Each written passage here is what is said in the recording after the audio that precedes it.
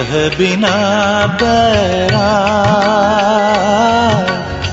बिना प्रेम धीरज नहीं। विरह बिना बैराग, सद्गुरु बिना नाथ छुटी है। सद्गुरु बिना नाथ छुटी है। मन मन साखी दाग, बिना प्रेम धीरज न। ओम सहना भवतु सहनौ भुनक्तु सह वीर्यं करवावहै तेजस्विनावधीतमस्तु मा विद्विषावहै। ओम शांति शांति शांति। हरि ओम तत्सत्। श्री राम कृष्णार्पणमस्तु। भगवान श्री रामकृष्ण देव, जगत जननी माँ शारदा जी और स्वामी जी को मेरा प्रणाम अर्पित करता हूँ। आप सभी श्रोता मेरे भाई बहनों को मेरा प्रणाम। आज टॉपिक जो हम लेंगे, मनुष्य की श्रेणी विभाजन, आधार निस्वार्थपरता स्वार्थपरता के ऊपर। स्वामी जी का कहना है, एक मॉरलिटी का, नैतिकता का की परिभाषा देते हुए स्वामी जी बोलते हैं, what ever is unselfish that is moral, what ever is selfish that is immoral. जितना भी जो कुछ निस्वार्थ है, स्वार्थ शून्यता जहाँ है वो सब नैतिक है, और जहाँ स्वार्थपरता आ गई वो अनैतिक है। इसी आधार पर हम मनुष्य का विभाजन करेंगे। मनुष्य को पूर्ण रूप में निस्वार्थ होना चाहिए। कर्मयोग में भी हम लोग पढ़े हैं थोड़ा सा कि जो भी कर्म करना चाहिए निस्वार्थ भाव से, रिजल्ट अपने लिए नहीं लेने का है और जगत कल्याण के लिए। स्वामी जी ने बोला था ना कि आत्मन मोक्षार्थम जगत हिताय च, मुक्ति अपनी भी चाहिए और जगत का कल्याण भी चाहिए। तो आज एक जो कहानी, एक छोटा सा मैं लेना चाहता हूँ, कहानी तो नहीं, एक श्लोक। ये है भर्तृहरि के द्वारा दिया हुआ है।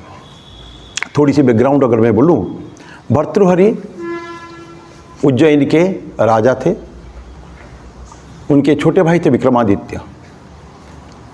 भर्तृहरि बेसिकली बड़े भाई है तो उसका राज्य उनको पूरा मिला, लेकिन उनको त्याग और वैराग्य की भावना उनके अंदर थी। विक्रमादित्य वीर पुरुष थे तो, लेकिन विक्रमादित्य छोटे भाई होने के कारण राजा नहीं थे। भर्तृहरि की 2 पत्नियां थी, उसके बावजूद उन्होंने एक पत्नी को एक और महिला से विवाह किया जिसका नाम था पिंगला। बहुत प्यार करते थे वो, उनका सारे प्यार उन्हीं के ऊपर उड़ेल दिया था भर्तृहरि ने। लेकिन उनको ये पता नहीं था कि पिंगला जो है बदचलन है, चरित्र उसका ठीक नहीं है, दुष्चरित्र थी। तो एक कहानी इस लंबी आती है, उसका मैं नहीं पूरा डिटेल में नहीं जाएंगे। एक बार गोरक्षनाथ, गुरु गोरक्षनाथ वहाँ आए थे। उन्होंने उनके एक राजा को एक फल दिया, जो फल को खाएगा वो उसका यौवन कभी नष्ट नहीं होगा, चिर यौवन। तो उन्होंने खुद न खाकर उनके पत्नी को दे दिया, पिंगला को। पिंगला ने उनकी एक, जिसको वो प्यार करती थी, एक कोतवाल था वहाँ का, उसको दे दिया। कोतवाल ने एक वेश्या को दे दिया और वेश्या ने सोचा मैं इसको रख के क्या करूँगी, मुझे हमेशा के लिए यौवन तो नहीं चाहिए, मैं राजा को दे देता हूँ। राजा अगर ठीक यौवन, चिर यौवन रहेंगे तो हमारे राज्य भी ठीक परिचालन भी करेंगे और हम लोगों का कल्याण तो होगा ही। ऐसा करके राजा के पास, जिस राजा से निकला था वो फल, पुनः राजा के पास पहुंच गया। राजा सारे पूछकर घटना समझ लिया कि मेरी पत्नी का ही खेल है।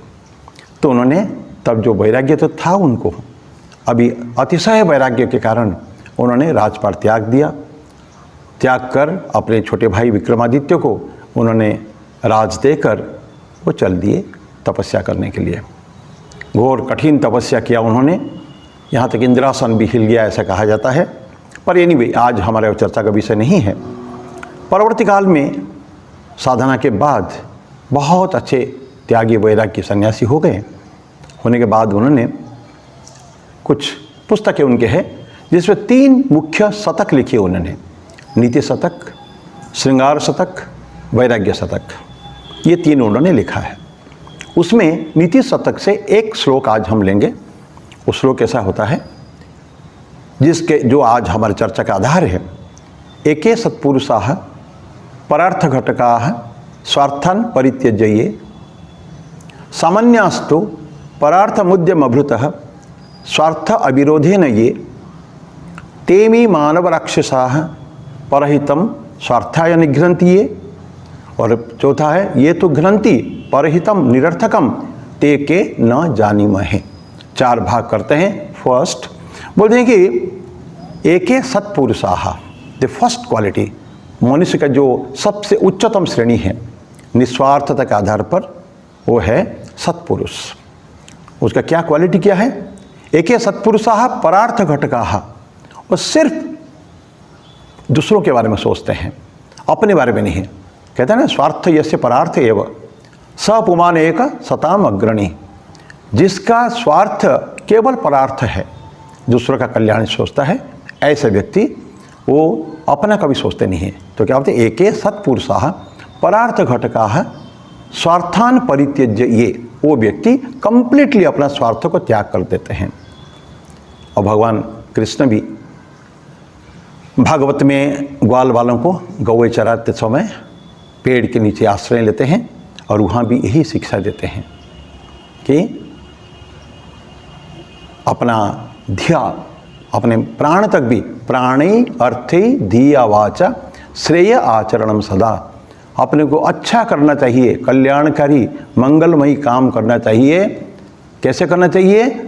अपने को धिया वचन से, मन से, कर्म से, यहाँ तक कि प्राणी ही, अर्थ ही, अर्थ देकर, लेकिन प्राण देकर भी। तो ये जो हम आज चर्चा कर रहे हैं सत्पुरुषाः, ये अपना प्राण का भी त्याग कर सकते हैं। ऐसा बहुत उदाहरण हो गए हैं। मैं सबसे जो अच्छे उदाहरण लेते हैं वो है दधीचि का। दधीचि ने वृत्रासुर को मारने के लिए उसके अस्थि चाहिए था, तो इंद्र को देना था वृत्रासुर वज्र बनाकर। तो उन्होंने जाके दधीचि ऋषि से मांगे हैं और उन्होंने सहर्ष अपने को हड्डी भी दान कर दिया, अपना प्राण का न्यौछावर करके उन्होंने अस्थि उन्होंने दे दिया। ये तो हाईएस्ट क्वालिटी, ऐसा होते नहीं है। तो भी सिखों के गुरुओं में देखे हम लोगों ने, पंचम गुरु अर्जन देव, नवम गुरु गुरु तेग बहादुर, दसम गुरु गुरु गोविंद सिंह, और हमारे हिंदुओं में भी ऐसे बहुत ऐसे उदाहरण है जिन्होंने अपना कोई चिंता न करते हुए दूसरों के लिए प्राणों के न्यौछावर कर दिया है। तो ऐसे है। और स्वामी जी के समय में देखेंगे हम लोग, जो प्लेग 1898 में 1898 में जब प्लेग हुआ था, उस समय में कितना काम किया है स्वामी जी, सदानंद जी, देन सिस्टर निवेदिता, जीवन को समर्पित को पूरा कंप्लीट, पता नहीं कब उनकी मृत्यु हो सकती थी, लेकिन उन्होंने काम करते रहे। तो इस तरह की ये होते हैं सत्पुरुषाः, एके सत्पुरुषाः परार्थ घटकाः स्वार्थान परित्यज्य ये। इस हाईएस्ट क्वालिटी, हाईएस्ट जो है मनुष्य का उच्चतम श्रेणी। नेक्स्ट, सामान्यास्तु परार्थ मुद्यम अभृतः स्वार्थ अविरोधेन ये। सेकंड क्वालिटी भी बहुत एक्सेलेंट, वेरी गुड पीपल, वो भी परार्थ के लिए काम करते हैं। इसको क्या कहते हैं? सामान्य, सामान्याः तो वो लोग सामान्य व्यक्ति, पहले सत्पुरुष, सेकेंडली सामान्य। वो कैसे होते हैं? परार्थ मुद्यम अभृतः स्वार्थ अविरोधेन। बोलते हैं कि स्वार्थ, कितना स्वार्थ उनको चाहिए?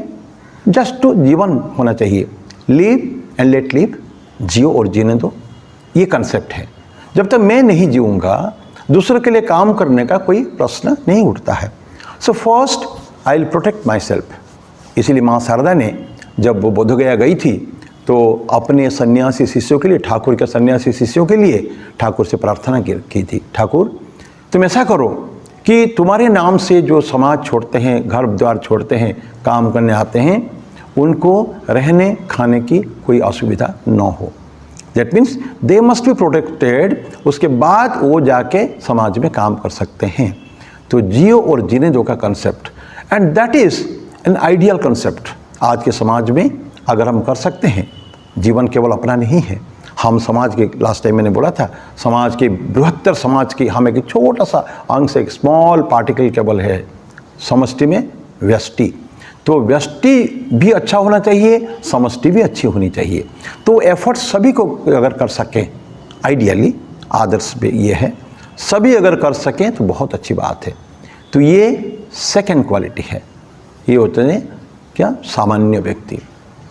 और थर्ड बोलते हैं मानव राक्षसः। हमारे बीच में बहुत है मनुष्य का, क्या कहते हैं ना, मैन में 3 लेवल है। मनुष्य में मनुष्यत्व भी है, देवत्व भी है, पशुत्व भी है। हम चाहे उतर सकते नीचे भी और ऊपर भी उठा के देवत्व।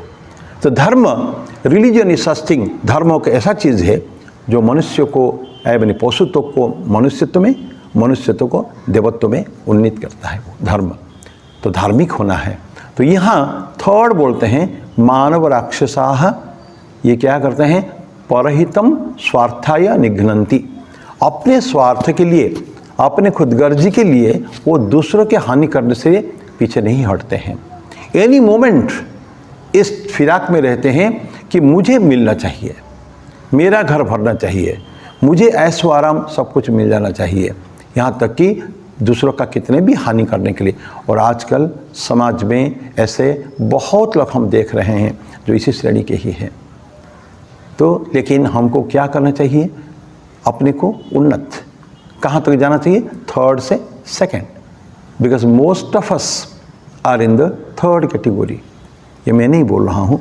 हम अगर इंट्रोस्पेक्शन करें, आत्मचिंतन अगर हमेशा करें, हम देखेंगे हम किस श्रेणी में हैं। चौथा श्रेणी होता है, उसको कहते हैं क्या है मैं जानता नहीं हूँ। जो मानव राक्षस, थर्ड में उन्होंने बोल दिया है, तेमी मानव राक्षसाः परहितम स्वार्थाय निघ्नन्ति। ये थर्ड कैटेगरी हो गया। मानव राक्षस बोलने के बाद फोर्थ कैटेगरी बोलते हैं, ये तो घ्नन्ति, वो व्यक्ति जो हनन करते हैं, मार देते हैं, घ्नन्ति, परहितम निरर्थकम। परहितम, पर दूसरों के हित को, दूसरे के कल्याण कामना तो दूर रही है, लेकिन दूसरों को जितने हानि कर सकते हैं, पर प्रश्न ये है कि उसमें अपने कोई फायदा नहीं है। थर्ड कैटेगरी तो कम से कम स्वार्थ के लिए किए थे, स्वार्थ यानी घ्नन्ति परहितम। पर यहाँ बोलते हैं कि ये तो घ्नन्ति परहितम निरर्थकम, कोई अर्थ नहीं है, कोई मीनिंग नहीं है, एब्सोल्युटली मीनिंगलेस, खाली डिस्ट्रक्शन, डिवास्टेशन, विध्वंस की लीला उनको करना उनको अच्छा लगता है। जितने आजकल देखते हैं सो टेररिस्ट्स, करप्शन, जो भ्रष्टाचार, भयंकर भ्रष्टाचार समाज में है, देश को चिंता नहीं करते हैं कभी भी, दूसरों का कल्याण अकल्याण करके भी मेरा कल्याण साधित हो, ये जो कोशिश करते हैं वो इसी श्रेणी में आते हैं। और ऐसे बहुत लोग देखे जाते हैं। तो वहाँ भर्तृहरि कहते हैं ये तो घ्नन्ति परहितम निरर्थकम ते के न जानीमहे। आई डोंट नो, मैं जानता नहीं वो क्या है, उसको किस श्रेणी में रखूं, क्या नाम उसको निरूपण करूं, उनके लिए दूं, ये मुझे समझ में नहीं आ रहा है, नाम नहीं दिया। तो सत्पुरुषाः सामान्याः मानव राक्षसाः और न जानीमहे, ये 4 कैटेगरीज है। 5th कैटेगरी भी आजकल आ चुका है, भले मैं मर जाऊं, जो सुसाइडल स्क्वाड्स होते हैं, अपने आत्मघाती दस्ते आजकल होते हैं डिस्ट्रक्शन के लिए, खुद बम अपने ऊपर बांध कर जाके चले जाते हैं, अपने आप को बर्बाद कर देते हैं। ये पिछले बार पुलवामा में जो घटना हुई थी, ये घटना उसका केवल एक छोटा सा उदाहरण है। खुद मर गया, लेकिन उसके जो गाड़ियाँ जा रही थी उसके अंदर अपने आप को डैश कर दिया, इतना लोग उसको मरना पड़ा। तो ऐसे और भी केसेस में देखा जाता है, ऐसे लोग हैं जो अपना भी नाश करके, विनाश करके दूसरों का विध्वंस करने के लिए पीछे नहीं हटते हैं। सो ये तो 5th, लेकिन उस समय में ये भर्तृहरि नहीं बोला है। तो 4 categories. Now the last question, ये संक्षेप में हम बोल रहे हैं क्योंकि छोटा सा सत्र है, ये छोटा वीडियोस, इस तरह के वीडियोस आपको 15-20 मिनट का हम लोग देते रहेंगे। तो एक प्रश्न अपने लिए है, हम किस कैटेगरी में हैं? आत्मचिंतन करें, आत्मविश्लेषण करें हम लोग कि मैं कहाँ हूँ उसमें। मैं सत्पुरुष में हूँ, सामान्य में हूँ, क्या मानव राक्षस में हूँ, क्या ये फोर्थ कैटेगरी में हूँ। पूज्यपाद स्वामी रंगनाथानंद जी उनके लेक्चर में कई बार बोले हैं कि most of us in the world are in the third category only. I am sorry to say all this things. है, कोई अपने आप को राक्षस कहना नहीं पसंद करेगा, लेकिन परहित को बिना माने अपने स्वार्थ को बिना सोचे सब कुछ लुटा देना, केवल मैं जीता रहूं, मिनिमम बेयर मिनिमम नेसेसिटीज में अपने रख के बाकी सब समाज को दे दूं, ये काम समाज में कहाँ देखे जाते हैं। 1 in a million पॉसिबली, लाखों में कहीं एकाध अगर मिल गया कि हाँ ये ठीक सेकंड कैटेगरी में है, तो हम we must be happy for that. तो रंगनाथानंद जी कहते हैं, so our efforts must be to elevate ourselves, हम अपने आप को उन्नीत करें, ऊंचा उठाएं तृतीय से द्वितीय में, and that will be a great blessing for the world. समाज के लिए एक बहुत बड़ा आशीर्वाद होगा अगर हम इतना कर सकें कि अपने आप को उठा सकें। तो दोस्त मित्रों, मेरे भाइयों बहनों, आज केवल बहुत संक्षेप में इसी तरह की हम बातें करते रहेंगे। अभी से हमको आत्मचिंतन की आवश्यकता है, मेरा कर्तव्य क्या है समाज के लिए, है? तो मेरा जो भाई एहसानमंद होना चाहिए कि समाज के प्रति एहसानमंद। एक छोटी सी बात कहते समय ज़रूर ज़्यादा हो रहा है। अल्बर्ट आइंस्टाइन ने एक बहुत सुंदर अपने टेबल पर लिख रखा था, एक सेंटेंस लिखता था, जो लिखते हैं पढ़ते हैं कि 100 times a day I remind myself that my internal life and external life is dependent upon thousands of people either living or dead, and it will be my endeavor to pay back in the same measure as I have received। बोलते कि सैकड़ों बार 100 बार मैं अपने आप को हर रोज़ याद दिलाता हूँ कि मेरा अंत जीवन एवं बाह्य जीवन हज़ारों ऐसे व्यक्ति के ऊपर आधारित है जो या तो मर चुके हैं या तो अभी जिंदा है, और मेरा कर्तव्य यही है कि मैं जितना समाज से लिया हूँ उतना उनको वापस करूँ। ये great scientist like Albert Einstein, through and through he was a spiritual person, scientist वैज्ञानिक होने के बावजूद भी ये उनकी उक्ति है। और आज इसी के साथ पुनः मैं आपको रिक्वेस्ट करूँगा, आत्मचिंतन करें और हो सके तो अपने आप को का आध्यात्मिक उत्थान करने का हम लोग प्रयास करें। मैं मेरी वाणी को यहीं विराम देता हूँ। आप सबके लिए भगवान से प्रार्थना करते हुए ये समाप्त करते हैं। हरि ओम। ओम शांति शांति शांति। हरि ओम तत्सत। श्री राम कृष्णार्पणमस्तु।